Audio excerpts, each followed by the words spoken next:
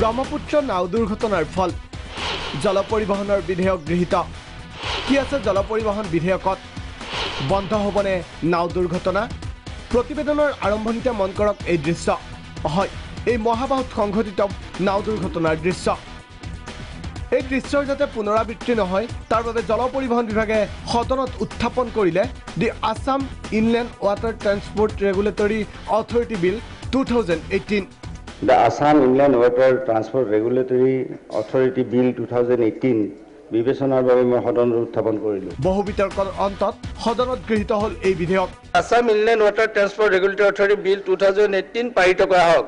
যিসকলে সপক্ষে আছে কওক হয়, যিসকল বিপক্ষে আছে কওক নহয়। মই ভাবোঁ হয় সপক্ষে প্ৰস্তাৱটো পাৰিত কৰা হৈছে, বিধেয়কখনো পাৰিত কৰা হৈছে। পিছে কিমান কঠোৰ এই বিধেয়ক? প্ৰতিখন নাওতে থাকিব লাগিব ডাবল ইঞ্জিন, থাকিব লাগিব সেফটি অডিঅ', প্ৰাথমিক চিকিৎসা ব্যৱস্থা, অগ্নি নিৰ্বাপক ব্যৱস্থা বাধ্যতামূলক, আছুতীয়া স্মকিং জন, চালকৰ ট্ৰেইনিং চাৰ্টিফিকেট থাকিব লাগিব। প্ৰয়োজনতকৈ এজনো বেছি যাত্ৰী উঠিব বা উঠাব নোৱাৰে।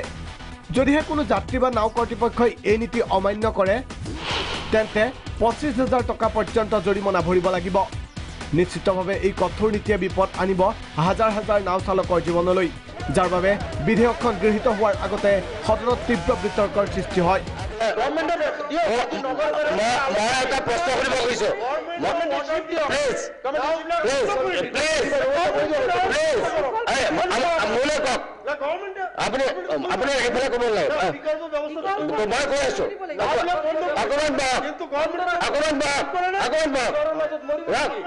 এটা প্ৰশ্ন হ'ল এই বিশেষ বিধেয়কখন আইনত পৰিণত কৰিবলৈ ৰাজ্য চৰকাৰ সক্ষম হ'বনে, বা এই আইনে অনাগত সময়ত ভটভটিৰ ফলত হৈ অহা এই দুৰ্ঘটনা ৰোধ কৰিব পাৰিবনে, শক্তিশালী হ'বনে জল পৰিবহণ ব্যৱস্থা, সকলো স্পষ্ট হ'ব অনাগত সময়ত।